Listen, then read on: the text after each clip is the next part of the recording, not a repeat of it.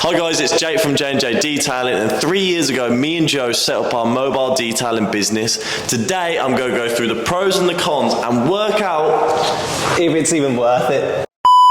The first pro we believe from our years of running JnJ Detailing as a mobile detailing setup is, well, just as we did, you can start in any size vehicle.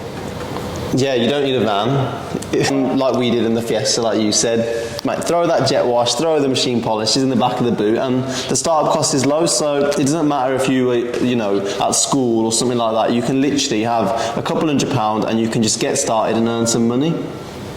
And the possibility is endless. Like, look at us where we come from, the little car, all the way into a lovely studio, and now we do XPEL PPF. That moves me on to our first con of the video, and that is running a setup in your Ford Fiesta or your little small vehicle is great at the start, but then over time it can get a bit tedious. Packing up, setting up at the start of a job, it can be quite long, time consuming, and if it's your full-time job, it can slow your efficiency quite down. So we were working out when we were first starting in our Ford Fiesta, it was taking us about like half an hour to 45 minutes. The setup time in the new van is like 5 minutes, something. Yeah, well, the van's efficient now. You open the door, plug in, and you're ready to go. Yeah. And the other thing is, like, when you're turning it to client's house, you'd come in to detail a 300k Ferrari, and you've turned up in your little Ford Fiesta with a jet wash in the back of it. I think the client's pretty concerned. Yeah, that is another con, is people do obviously prejudge you. You could be the best mobile detailer in your area, but if you're not turning up in a sign-written van and a clean-looking van, then they are prejudging that, do you really know what you're doing? The second pro of mobile detailing is you get to work on some really nice cars. How many times have we turned up to an extremely nice house? We've turned up, you got Ferraris, we've done Bentleys, Rolls Royces, Lambos. I can't think of a car that we haven't worked on. Yeah, as a car enthusiast, it's one of the best jobs, because you get to work and sort of see cars that you, in the real world, you never see. But because you're cleaning them, you get access to the inside. Sometimes customers even ask you to move the car around, which is sometimes, as a 17, 18-year-old lad, it's amazing. And the next really good thing, what links in with that point that we've just made, is you're turning up to a client's house who's, as I've said, got a really nice house, a really nice car. Most likely they've got a great job, they're a good person to speak to and network with, and they're going to give you ideas, inspiration and motivation. And we've seen that ourselves.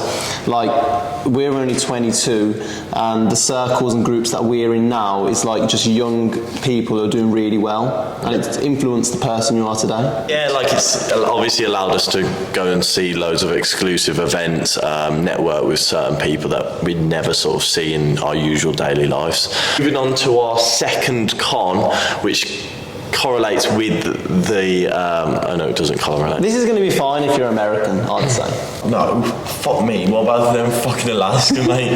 On to our second con is the weather. So we're based in England. It's wet. It's known that the weather in England isn't great, and 9 months of the year it's terrible. So at the moment we're in mid-December, and freezing, the water's freezing, it's snowing. Yeah, it's like Shane, who runs our mobile team, he's currently he's freezing at the moment. But it can affect the quality of your job. It's getting dark at 4 o'clock, so you can only work certain hours of the day, and if it's raining and the customer's cancelled, like, what, you're not going to eat because it's raining.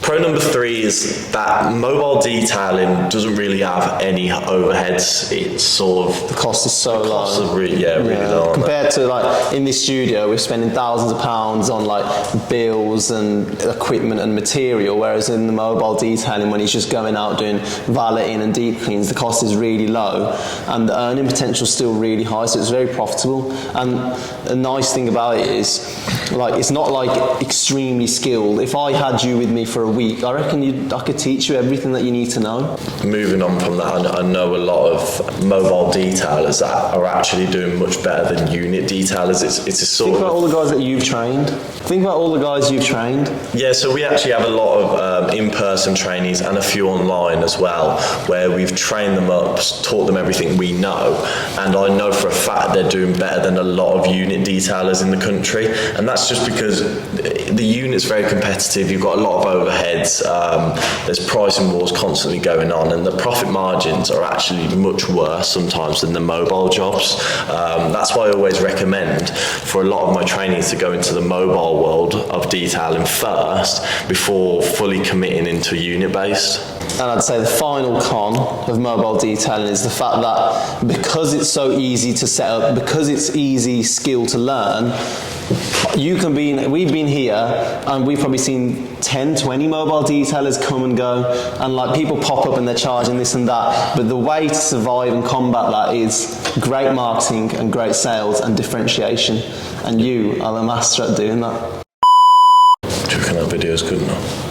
Yeah, it'll do the job for the first one, man. Thank you for watching, guys. This is the JnJ Detailing YouTube. We will be posting videos every day from today onwards. And if we don't post a video, I want you all to get at us on our Instagram DMs, on my TikTok personal DMs. number. I want to be called and told to post. So ring him up and say, Joe, why have you not posted a YouTube video? And I don't want to be that guy, but you want to subscribe to this.